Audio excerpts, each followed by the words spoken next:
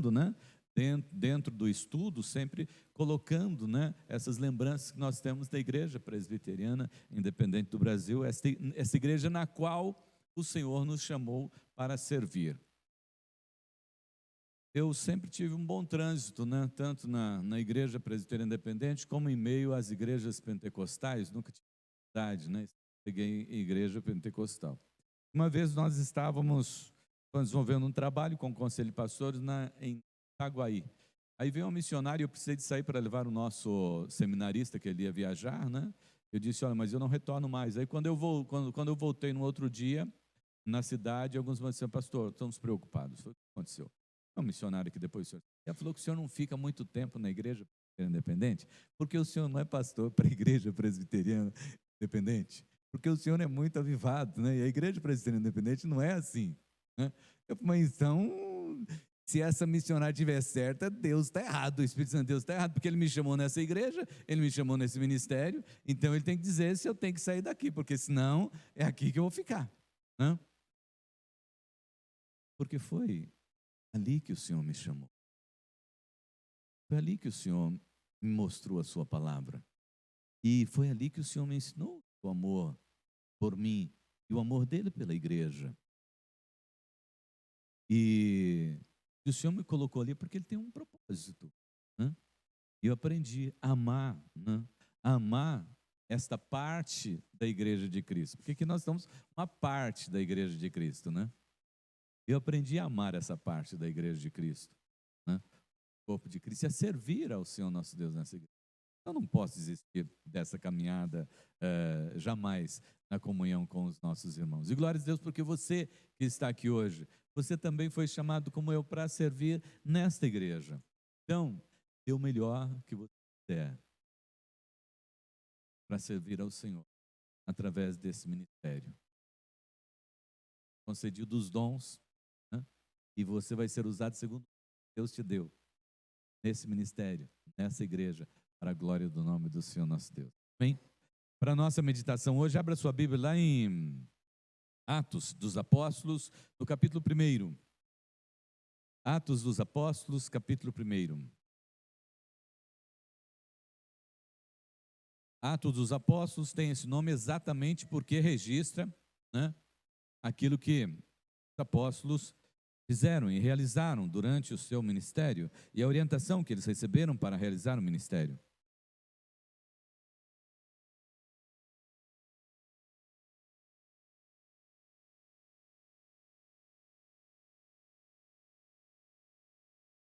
Atos, capítulo 1, do verso de número 4 até o 14. Assim como você está, mas com muita reverência ao Senhor nosso Deus, acompanhamos a leitura.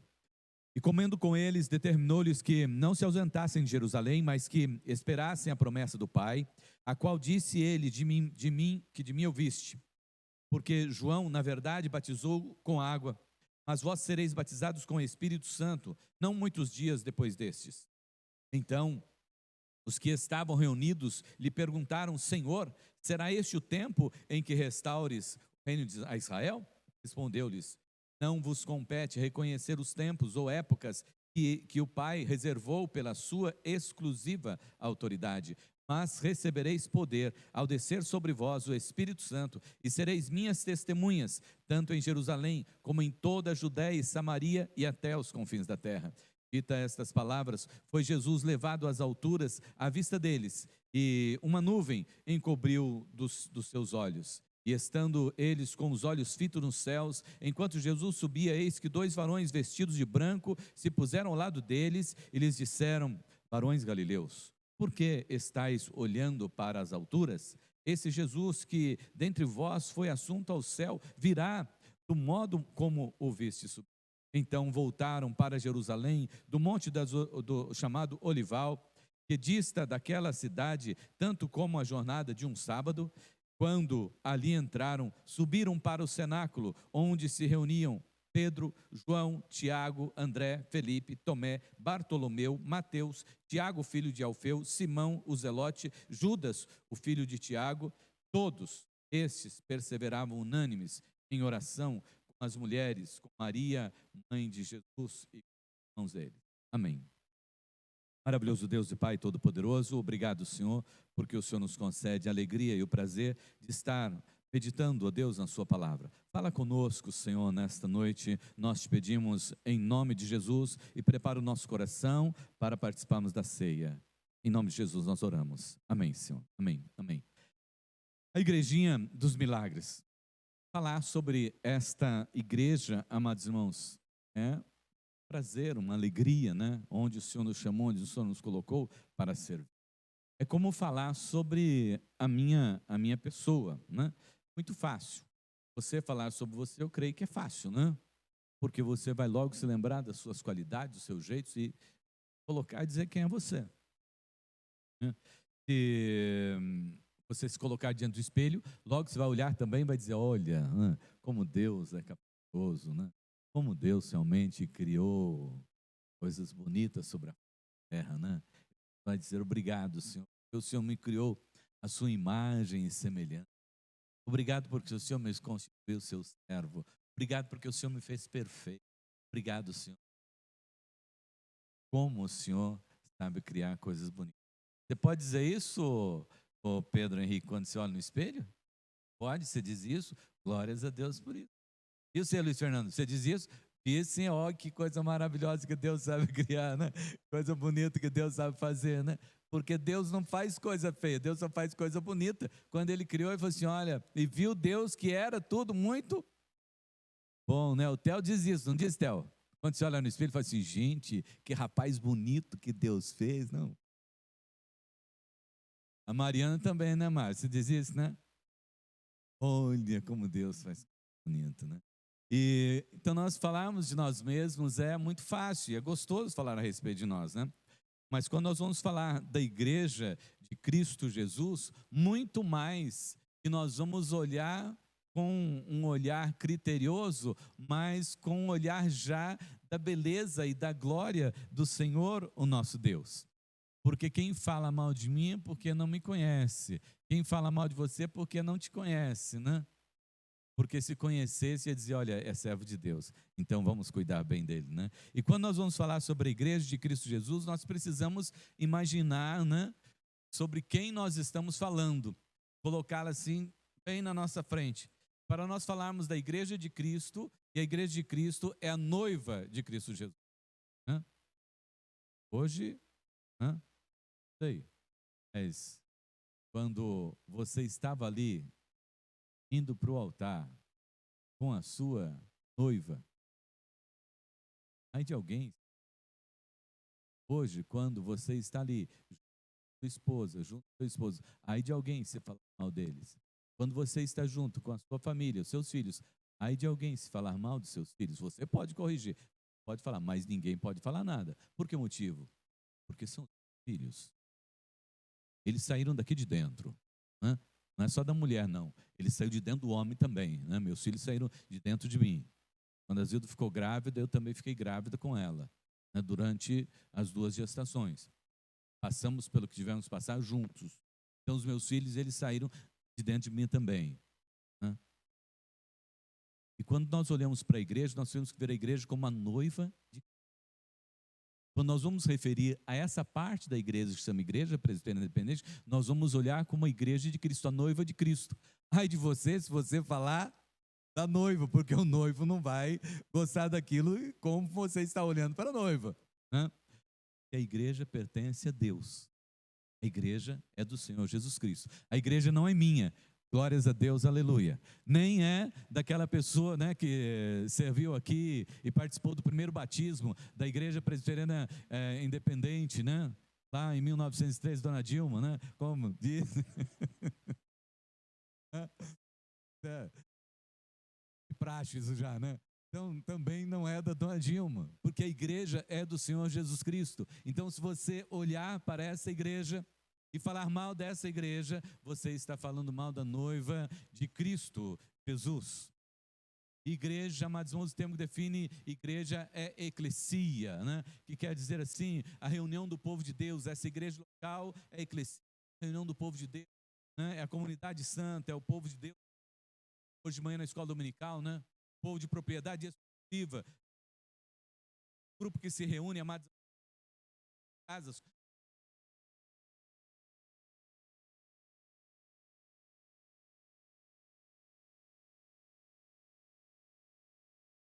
Pessoas experientes também. Ali está reunida a igreja. E quando nós estamos falando da igreja no geral, né? Todas as igrejas que professam Jesus, gente Salvador, é a igreja de Cristo. Mas tem também a totalidade de todos os crentes que não são somente os que estão vivos, aqueles que já partiram no céu, que também faz parte da igreja de Cristo Jesus. Não estão aqui, mas fazem parte da igreja. Nós somos a. Quando nós vamos falar a respeito de uma denominação, precisamos estar com esse. Eu não estou olhando para pessoas, mas que eu estou olhando para templos, para membros do corpo de Cristo. Eu estou olhando para a noiva de Cristo Jesus. Para nós falarmos isso, nós precisamos lembrar que foi Deus que separou um povo. Ele criou, mas o povo caiu. A criação caiu. Então ele vem e faz aliança, né, com Abraão, né, que é ratificada no Sinai. E o plano de Deus é a salvação, que inclui a organização do povo, para que ele possa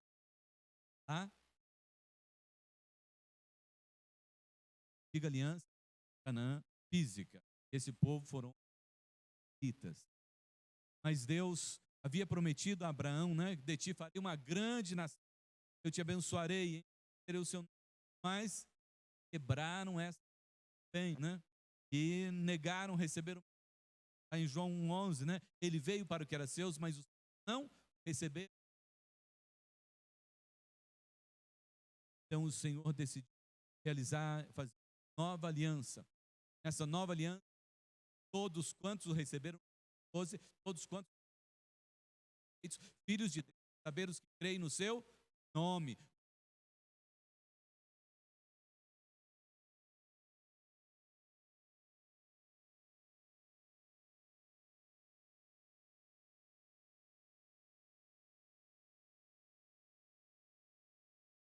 Na eternidade.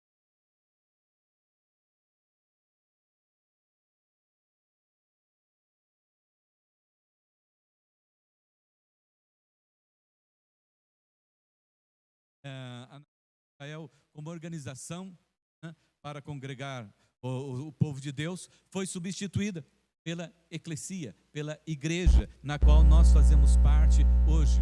E hoje pela manhã nós ouvimos na escola dominical o presbítero Edaldo falando sobre a vinda do presbiterianismo, né, dessa parte da igreja para o Brasil, e o nascimento da igreja presbiteriana independente.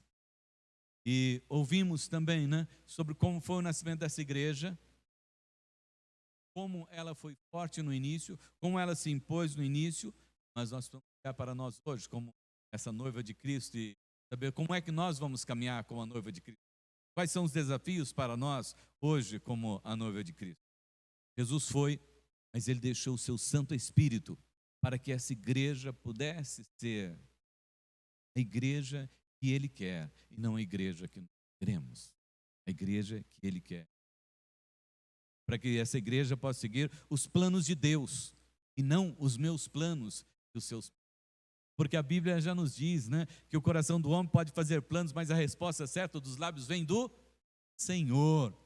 Você pode estar incomodado hoje com algumas coisas que estão acontecendo na igreja, e você faz parte dessa igreja, mas você está incomodado com algumas coisas que estão acontecendo nessa igreja, né?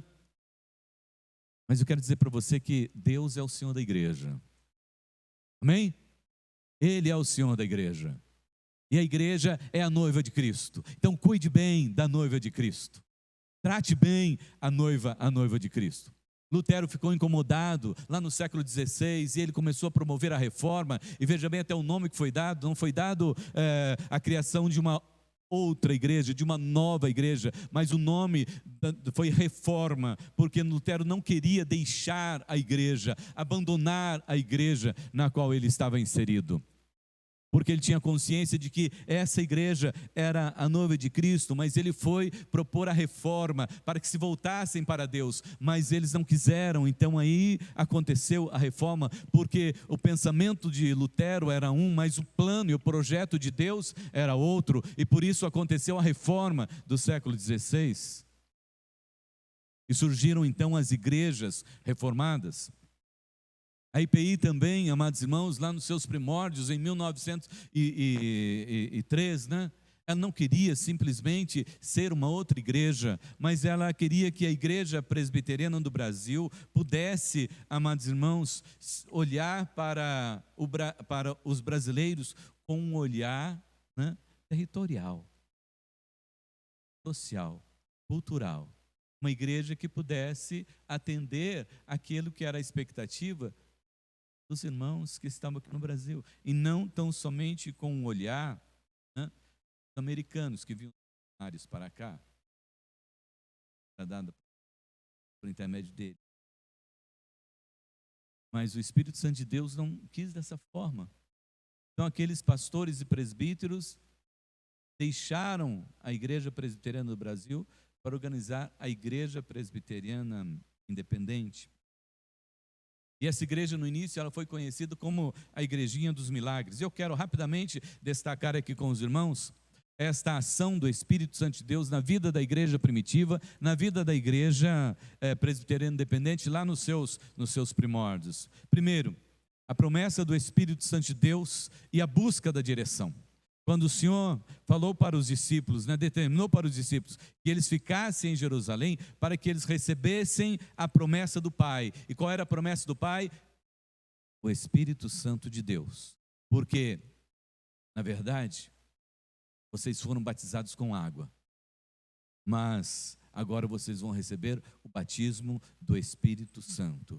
E, amados irmãos, esse batismo não seria tão somente simbólico, né? Mas ele seria também um revestimento de poder, isto é, revestimento e autoridade que o Senhor estaria concedendo à sua igreja, para que ela pudesse desenvolver o seu ministério, para que ela pudesse desenvolver a sua obra. É por isso que nós temos a necessidade, né, de ser realmente templos do Espírito Santo de Deus, e deixar que o Espírito Santo de Deus habite as nossas vidas, habite os nossos corações.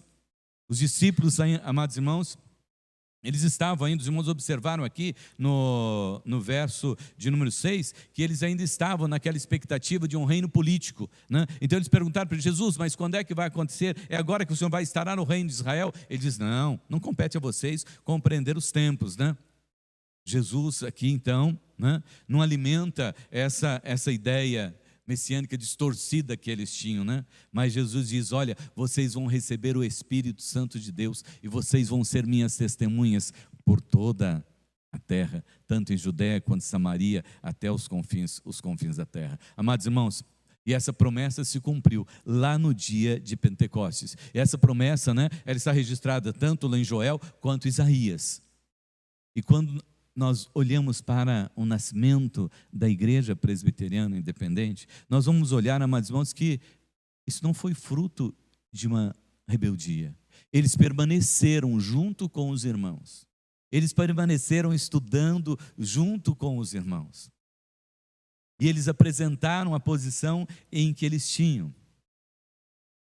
Mas, infelizmente, não foi aceito. Então eles tiveram que se retirar.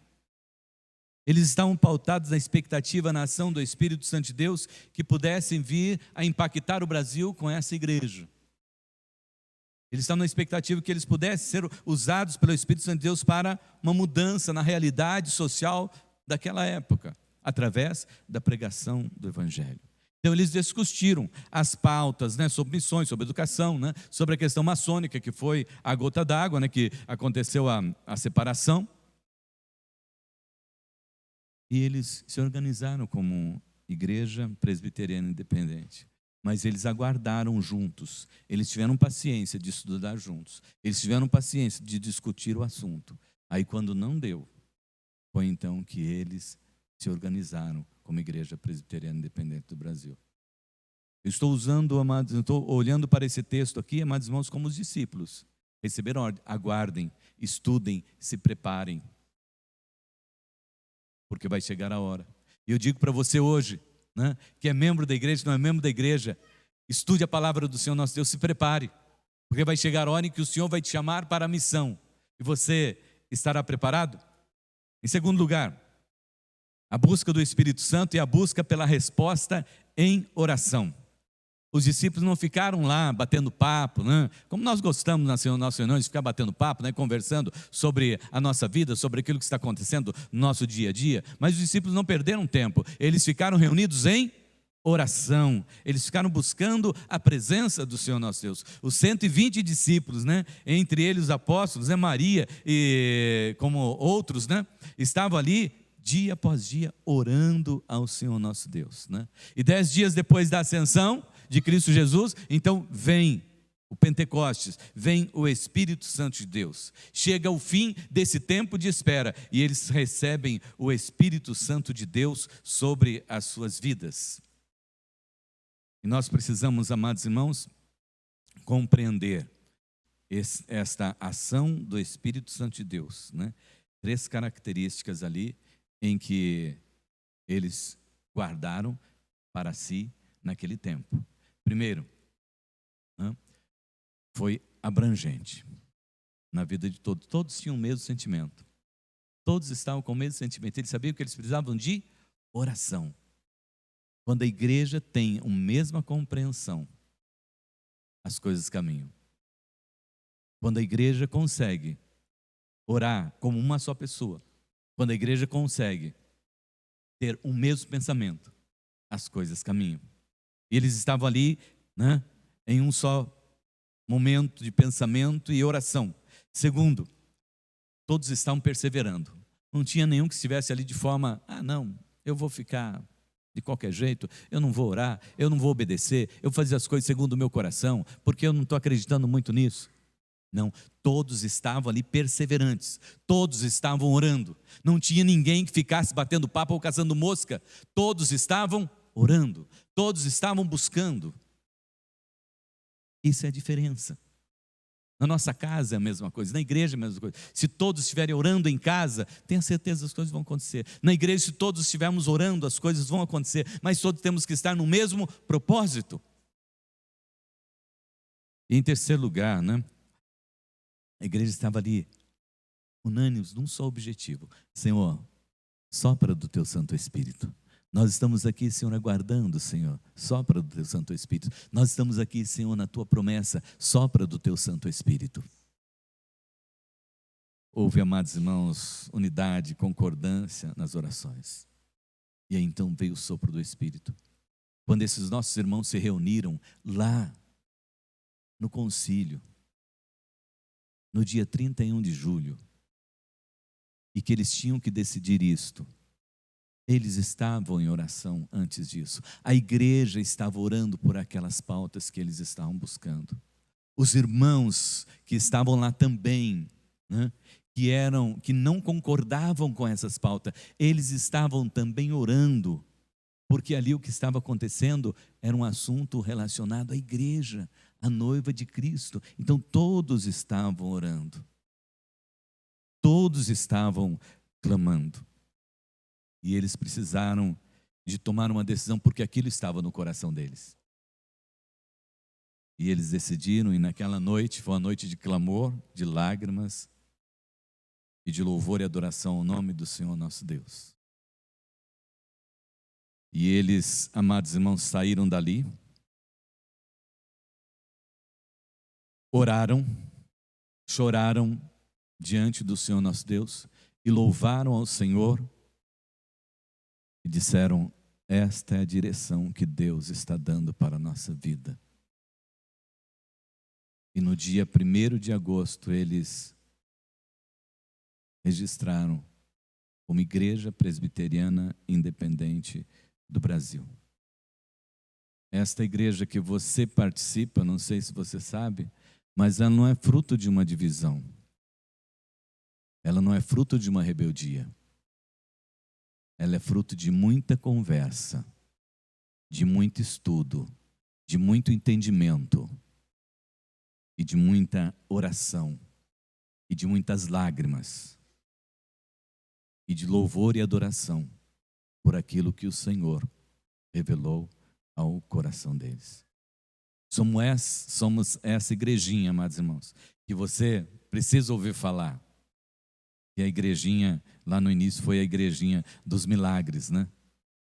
Com um jeito bem brasileiro de falar a respeito de Jesus, né?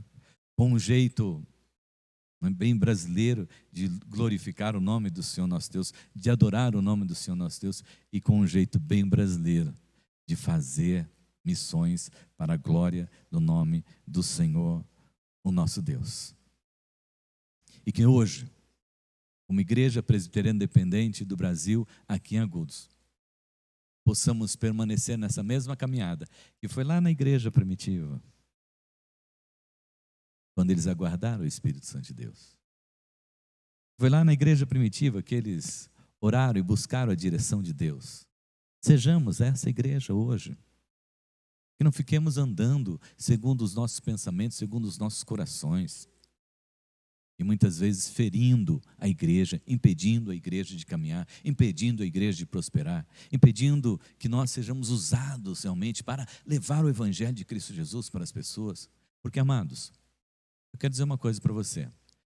Eu não sei quantos sermões eu já preguei até hoje, né? E nem quantas meditações eu já fiz, porque eu faço uma meditação todos os dias e gravo uma meditação por dia. Eu não sei quantas eu fiz. Mas também eu não estou preocupado. Sabe por quê? Eu não vou levar isso lá para o céu de jeito nenhum. Eu não vou levar isso para apresentar diante de Deus e dizer, ó Senhor, olha, está aqui, ó, meu sermonário. Meu sermonário tem maior número do que a Bíblia tinha, né, de capítulos e versículos.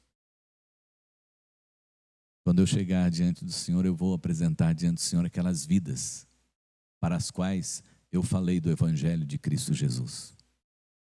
Quando eu for para lá, eu vou apresentar aqueles que eu falei de Jesus e que eles se arrependeram dos seus pecados e entregaram as suas vidas ao Senhor.